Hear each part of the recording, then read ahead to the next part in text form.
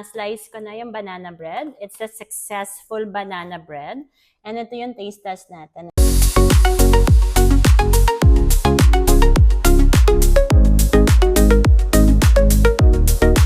Good morning mga kananay! Welcome back to Jerry Nanay.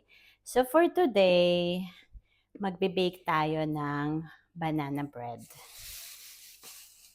Lately, nagbabaon na ako uli and I'm into baking again para hindi na ako bibili dun sa work ng muffins kasi one muffin, it costs like 18 dirham. So, ito yung gagawin natin para makatipid din kasi yung isang loaf or 2 loaves ng banana bread na gagawa ko dito sa ingredients na to. The whole duty ko na, parang umabot din siya ng 4 days. So, I think nakatipid naman ako. And since passion ko naman talaga yung pagbe-bake, kaya I'm back into baking again. Yan, kunin ko lang yung aking recipe. So, meron akong recipe book. I write all the recipes here na mga na subukan ko na. So, yung gagawin natin is yung super moist banana loaf. Pero gagawin ko, hindi ko na siya lalagay doon sa pan para sa loaf bread. Let me check kung meron ako. Normally, nilalagay ko siya dito. Ito, dito ko nilalagay.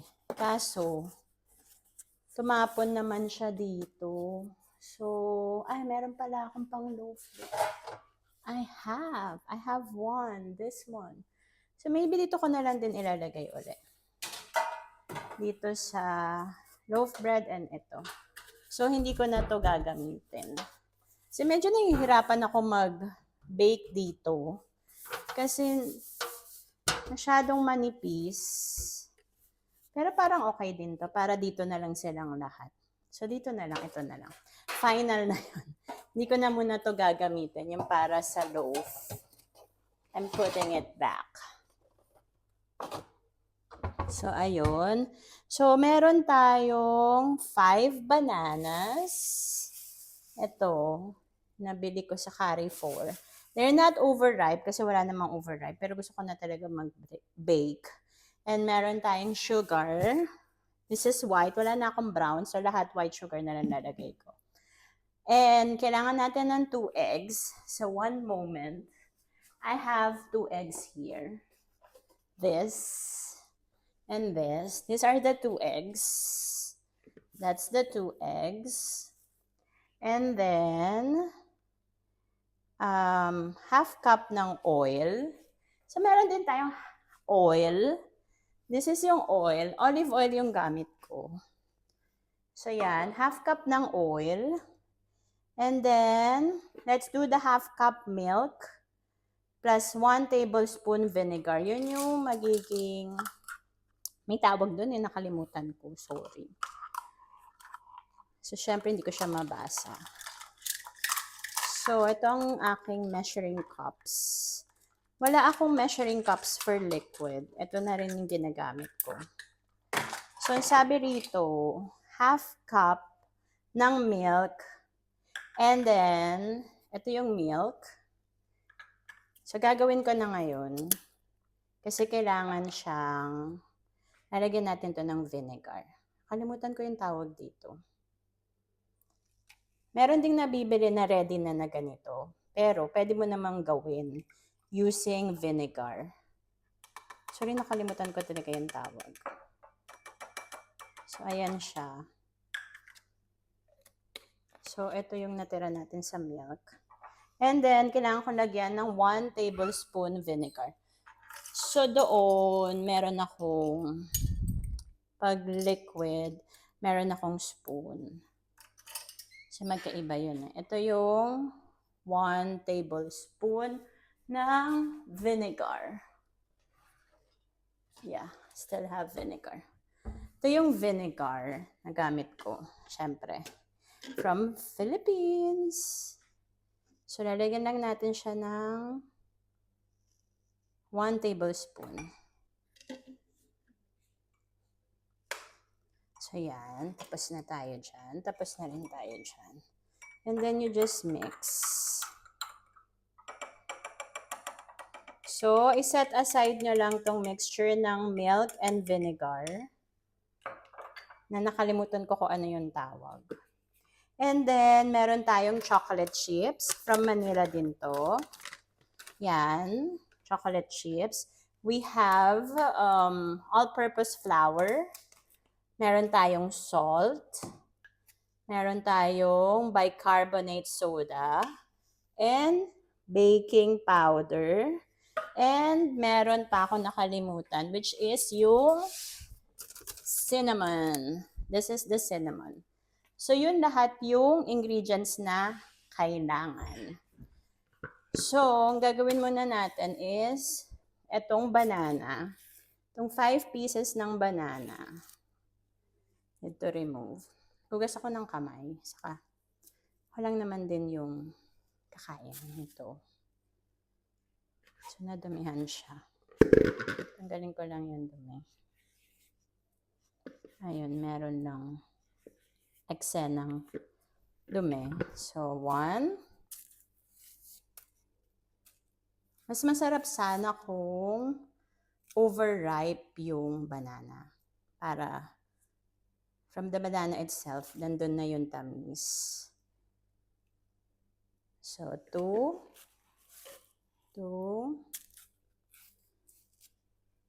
And then 3. And this is the 4th banana. So today pala is my off. So every morning, nag-walking and a little running na rin ako. Kasi maaga na talaga ako nagigising since I came back from my vacation. And since ang schedule ko sa work is every morning. So that's 5 bananas. We will mash it. So yan. Mamash natin yan. I have ito. Yung aking pang-mashed. So yung left yung ginagamit ko kasi medyo masakit pa rin tong left wrist ko.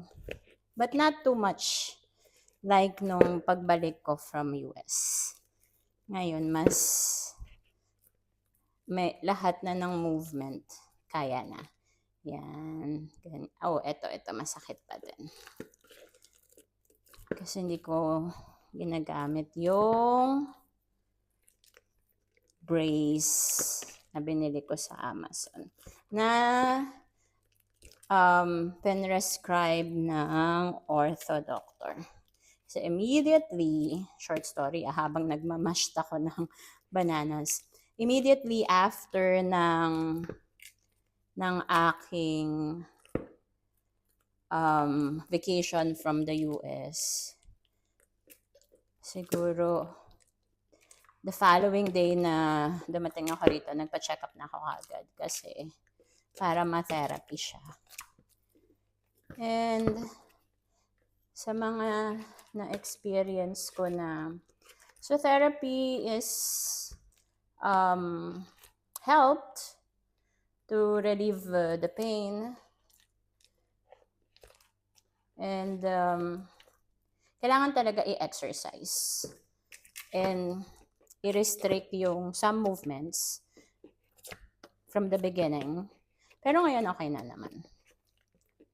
So ayan siya, na-mashed ko na siya. I just have to mash it more para talagang mashed na siya. Yung iba gusto nila may mga chunks of banana dun sa banana bread nila. So let me see kung okay na to. I feel like okay na.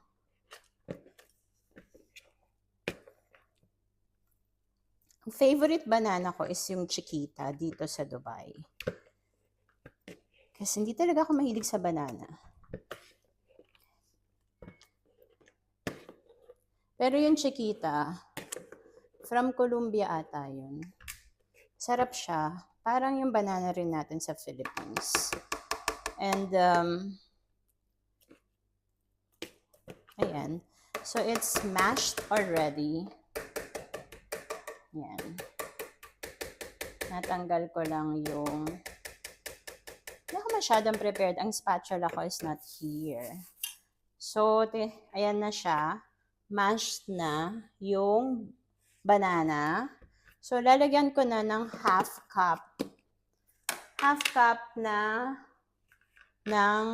no, it's 1 cup kasi wala nga akong brown sugar. So, 1 cup ng white sugar.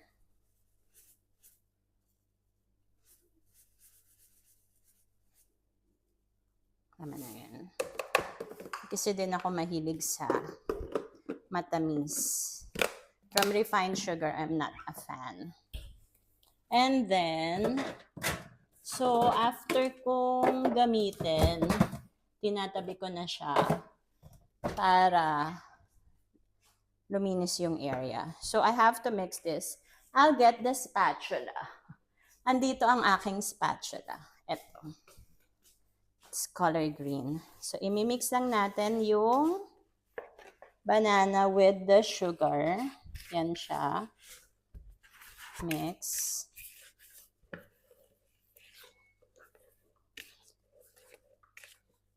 Just a light mix lang.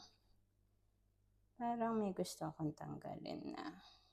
Ito. I want to remove that one. Yun lang. So, na-mix na. So that we have to put the 2 eggs. So, sa 2 eggs, lalagay ko siya dito. Hindi ko siya nilalagay directly with the, put it here. Hindi ko nilalagay directly dito. Kasi parang kung sira yung egg, hindi na sayang yung first mixture na ginawa. Kasi wala akong extra na. Oh, so okay naman siya. By the way, organic egg yung gamit ko. Yan. Gusto ko lang yung lasa ng organic egg. So both are okay. Lalagay ko na rito sa ating mixture. That's 2 eggs. So haluin lang natin. That's 2 eggs with 2 eggs with the banana and sugar.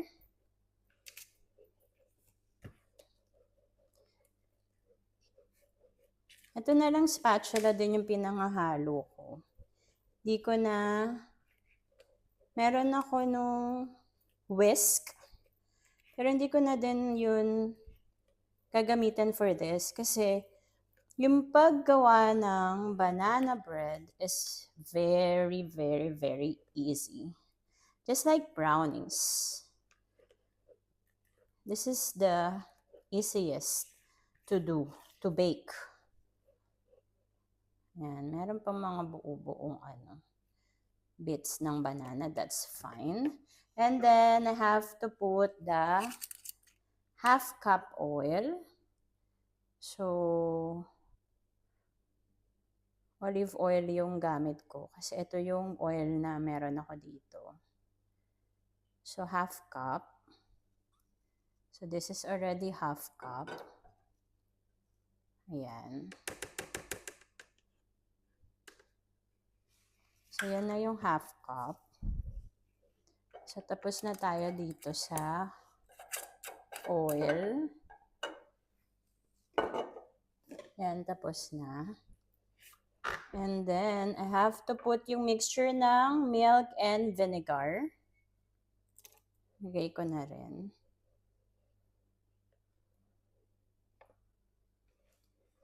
So, kunin ko na nga yung whisk. So, lagay ko na yan dyan. I'll get the whisk. This is my whisk. So, yung whisk ko, green din siya.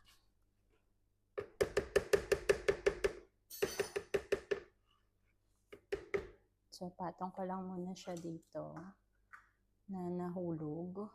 Mahulog. Yan. So, ito yung whisk ko.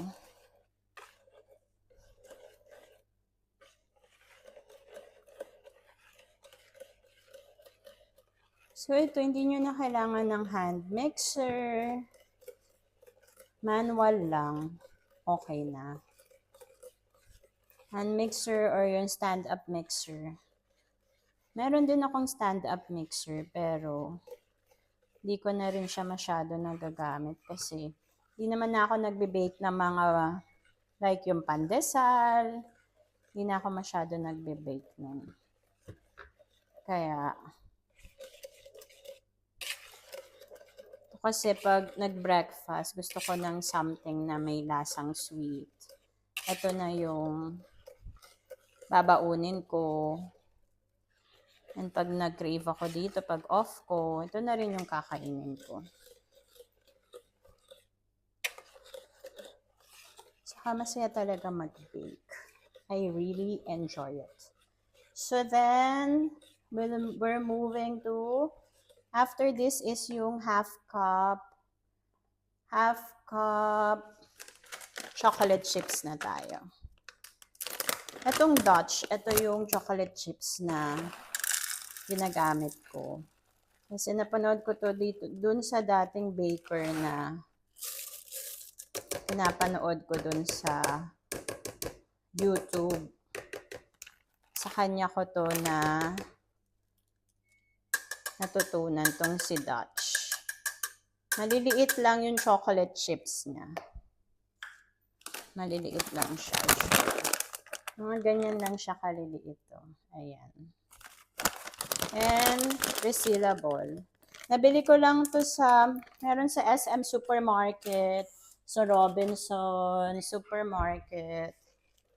Meron din siya in white. I think meron din dark. Ito, milk chocolate chip siya.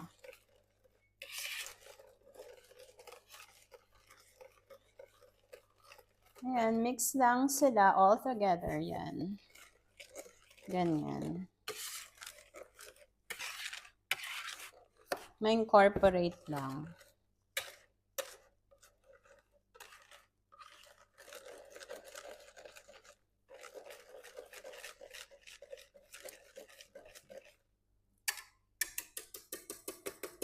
And then, lagay ko muna dito. And, para mabawasan yung nandito ko. And after this, kailangan nang ilagay yung 1.5 cups ng all-purpose flour. 1.5 cups ng all-purpose flour. So, ito yung flour na gamit ko. Grand Mills. So, dito, nilagay ko dito, sugar. That's fine. Yeah. So, i-strain ko yan. Strainer. Para walang buo-buo. So, that's 1 cup. And then, half cup. Ayan yung half cup. Kasi ginamit ko sa liquid yung half cup. Kaya, doon na lang din sa 1 cup yung ginamit ko. So, then, tatabi ko na din to. And, ilalagay ko na rin dyan yung, so that's 1.5 cup ng all-purpose flour. And, kailangan ko ng 1 tablespoon, no, 1 teaspoon. 1 teaspoon. So, buksan ko na sila. Okay. So, balik ko lang siya sa kape ko. Bango ng coffee. 1 teaspoon baking powder. So, hanapin ko lang yung 1 teaspoon. Saan ba yung 1? Ayun. It's color red. So, 1 teaspoon baking soda, 1 teaspoon din. Okay.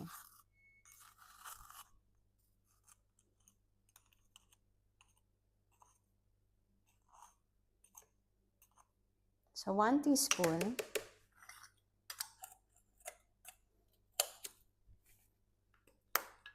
And then, by the way, naka-preheat na pala yung oven habang ginagawa ko to. Kasi, para ma-reach niya yung, and then, 1 teaspoon baking powder. There. That's done. 1 teaspoon baking powder.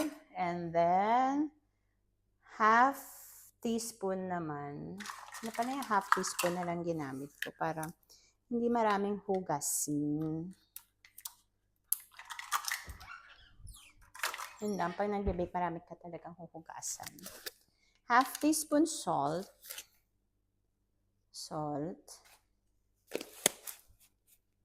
And then, half teaspoon ng cinnamon powder.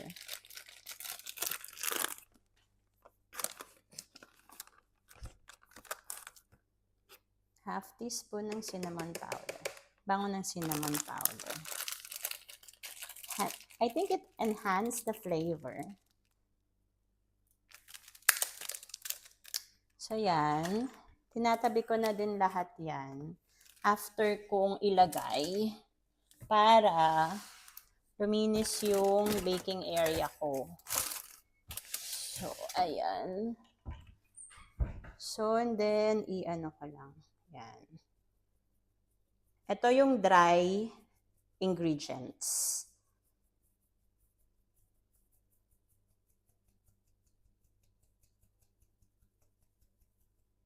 Ayun, may mga natira. Yun yung tatanggalin ko. So, yun na yun. Tanggalin ko na yun. And then this one. And hindi ko din kailangan to para sa cupcake. And saka na natin siya ihahalo. Ngayon, ayan na siya. Dry and the wet ingredients.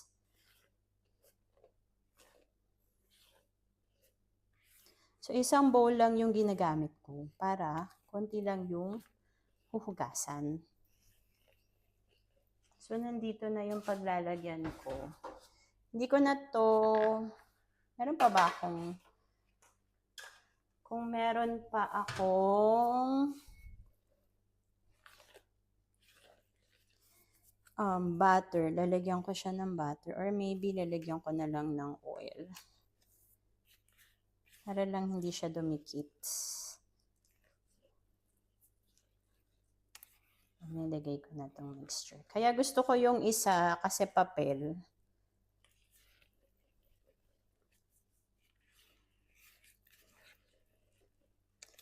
Ano kaya gamitin ko? Dahil sanay na ako dun.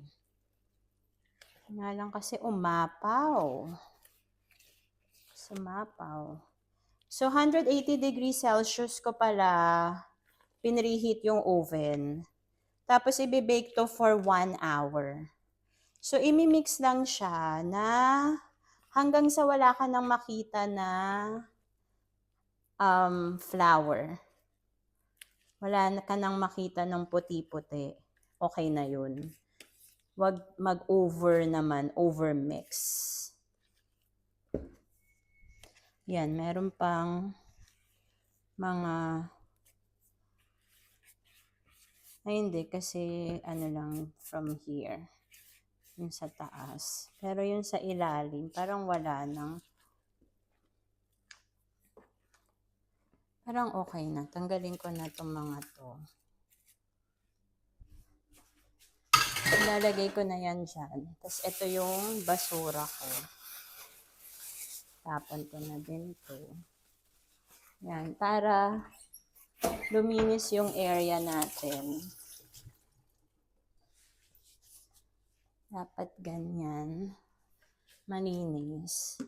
And tatabi ko na to kasi almost parang ito, tabi ko na lang sa ref. And ayan, preheated na yung oven. And tabi ko na rin tong aking notebook of ingredients. Ganyan. Dapat malinis ang ating area. Diba? Tatry ko dito siya i-bake para matansya ko. Ouch. Yun, yung movement na yun, masakit pa rin siya. So, nagamit ko ang left side. Pero parang okay na. Halo na siya. I think it's okay. Parang ayusin ko tong aking microphone para marinig nyo ko ng mabuti. So, ito yung talagang passion ko. Yung pagluluto. Nagluluto uli ako ngayon kasi nga mas nakakain ko na matagal yung ulam. Parang kahit 1 week ko na niluto. Basta nilagay ko sa ref kasi ako yung nagluto. I think nakakain ko pa siya. Hindi sumasakit yung tiyan ko. Ayun, okay na. Mix na siya. Side story lang yun. So, eto na siya. Fully mixed na. And, lagyan ko lang to ng oil para hindi dumikit. So, meron akong brush.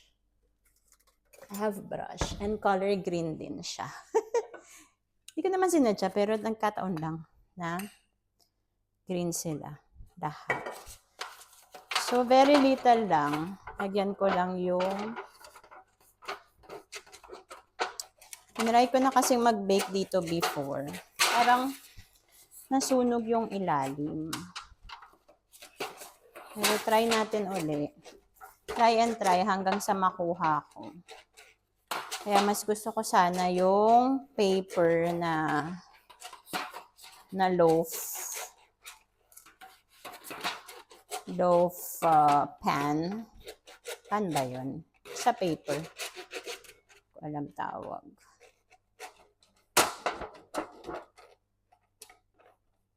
Hindi naman ako professional baker. Hindi nga ako nag-aaral. Natuto lang ako sa YouTube. Trial and error. Meron yung mga... Ayan, enough na yun. Nalagyan ko naman, nag-grease ko naman lahat. Very important yung mga sides. Ayan. So, may dagdag na naman sa huhugasan. Yun lang talaga yung masaklap sa pagluluto and pagbe-bake. Ang daming hugasin. Pero ganun talaga. Ay, magluluto pa pala ako. So, nagluluto ako mamaya ng pininyahang manok. Para yun na yung babaunin ko. And yun na rin yung kakainin ko. Ngayon ko nga lang naubos yung picadillo na niluto ko like a week ago. Ayan. Transfer ko na siya dito sa baking pan. Ito sa aluminum baking pan.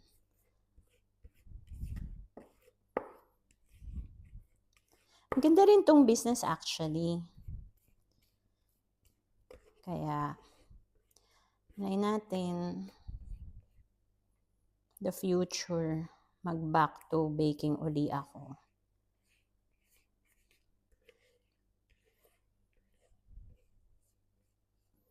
So, nahahappy talaga ako sa pag-bake. Lalo na pag yung outcome niya masarap, nakaka-happy. Even naman ang food, sa pagluluto talaga, mas nakakapagod nga lang yung pagluluto.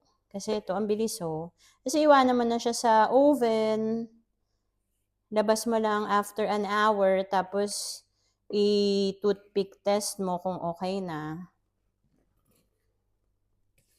Kung wala nang dumidikit dun sa toothpick, ako yung gamit ko chopsticks. Kasi pag may in-order ako sa Japanese restaurant, nagpapadala sila ng chopsticks.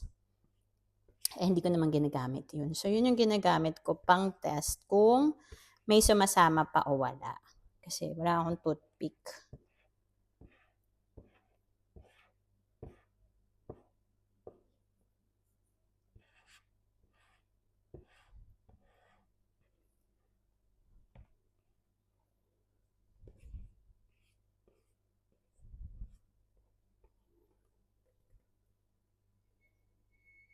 So, ayan. Lagyan ko lang siya ng hati dyan. Nalagay ko na siya sa oven. Preheated na yung oven sa 180 degrees Celsius. So, meron ako dyang 160 lang siya lumalabas. Ayan, nalagay ko siya dito. Ayan. So, that's for 1 hour.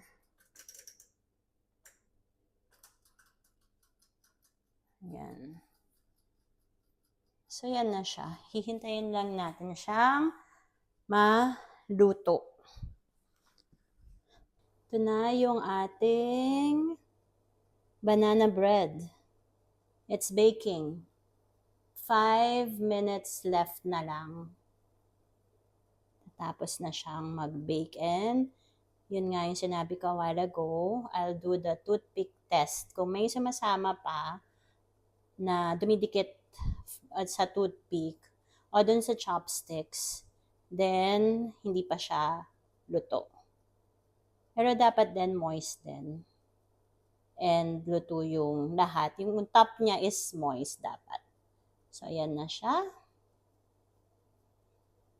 Tayin na lang natin later. So ayan, slice ko na yung banana bread. It's a successful banana bread. And ito yung taste test natin. Ayan siya. Maganda yung pagkakabake ko. Now, moist, soft. At hindi siya sobrang matamis. Kahit white sugar lang yung ginamit ko. Ang sarap. Mas masarap to kapag nalagay pa siya sa ref. Kasi mas lalasa na. Sarap.